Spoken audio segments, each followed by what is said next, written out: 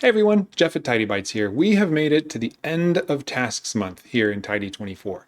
We've looked at where your time is going during the first week, then put the most important appointments on your calendar in the second week, and then collected all of your to-dos into one giant master list to give your brain a break from trying to keep everything straight. Hopefully, you also had an opportunity to accomplish 3 tasks from that list, whether easy or hard, to give you a taste of how your new system works and a bit of a dopamine hit when you get to check something off.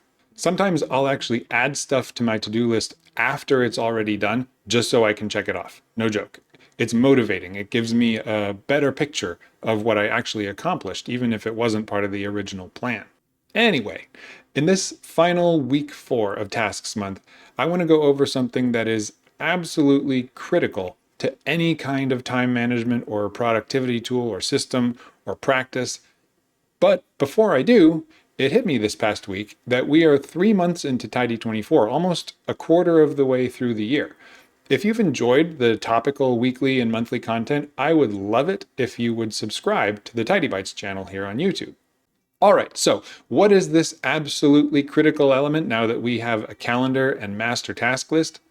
Regular reviews.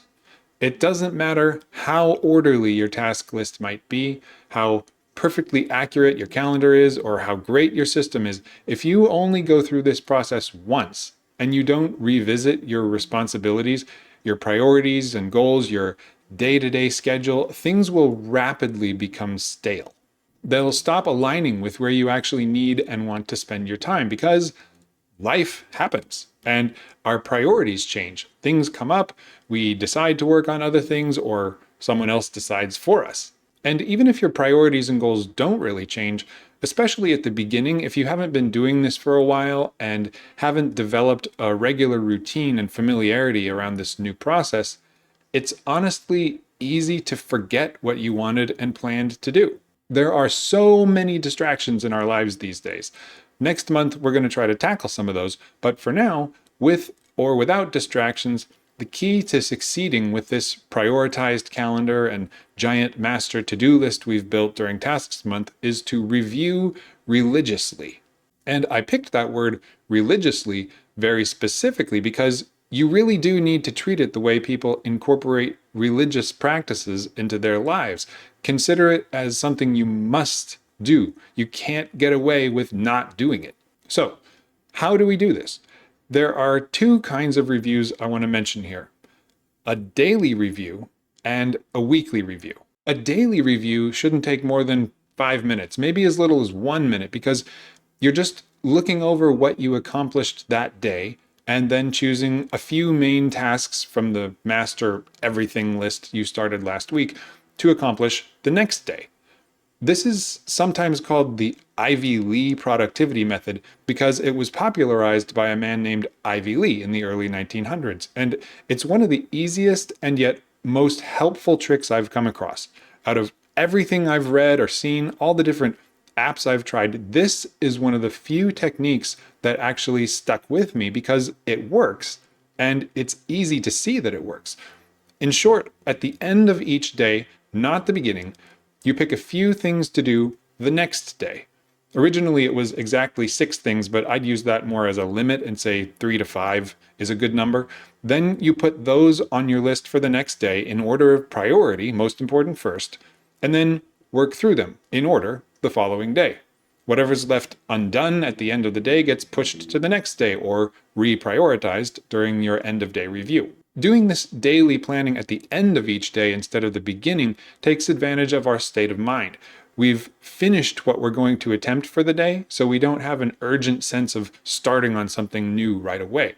We can consider more objectively what's important and give ourselves a ready-to-go set of instructions for next time.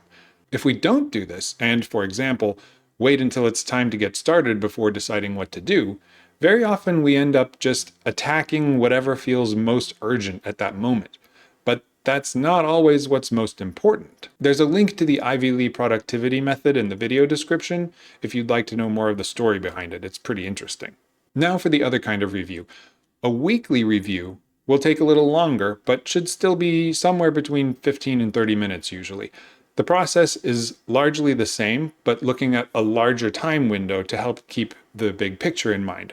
Rather than looking at a single day's work, you can think about maybe a whole project or a major milestone, or intentionally plan to do certain things later in the week or on a weekend to work around other appointments or routines that make certain days or times better or worse for fitting in different tasks. A daily review lets you make tactical decisions about how to deal with what's right in front of you, while a weekly review gives you an opportunity to add in a little strategy and make sure you're not just reacting to what seems most important on any given day.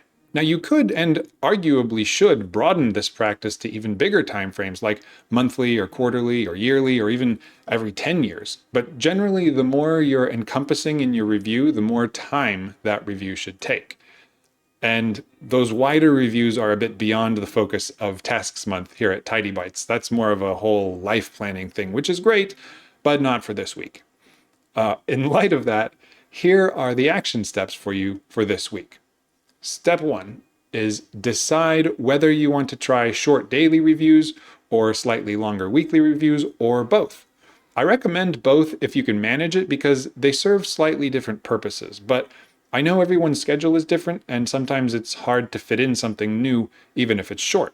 So if you're only trying one, try to do the daily reviews if possible.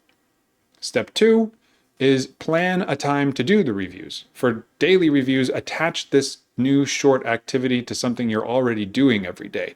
Extending something you already do is a great way to develop a new habit.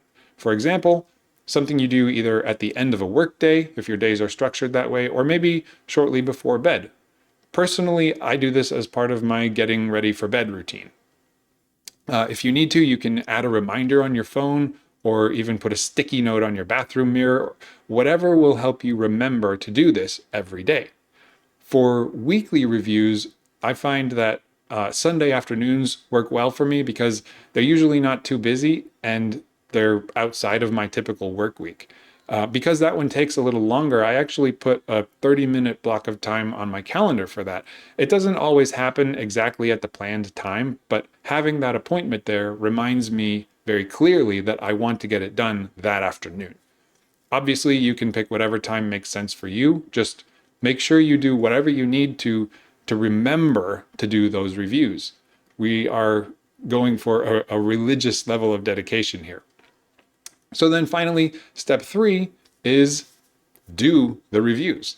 For the daily reviews, after each one, you should end up with a list of between 3 and 6 tasks, either written somewhere for you to work against the next day, or in your task management app, if you're using one, with tomorrow's date assigned. There should never be anything shown as overdue.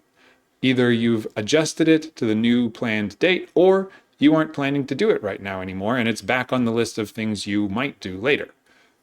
For weekly reviews, after each one, you should know that your calendar is accurate for the next week and be well aware of any upcoming appointments, and maybe pre-schedule a few key tasks or project milestones during the upcoming week.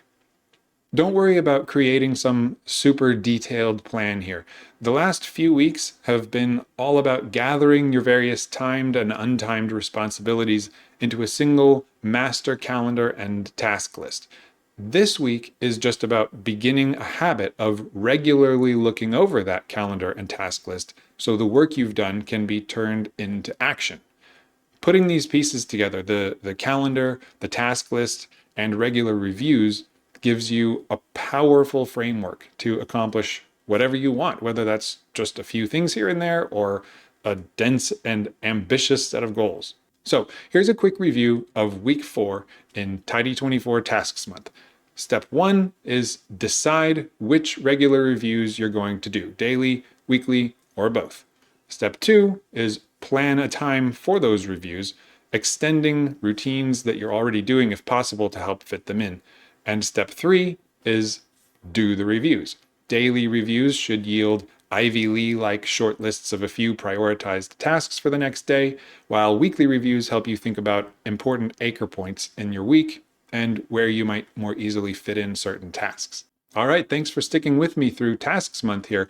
If you're enjoying Tidy 24, make sure you like this video and subscribe to the Tidy Bytes channel here on YouTube for more digital organization tips. See you next week.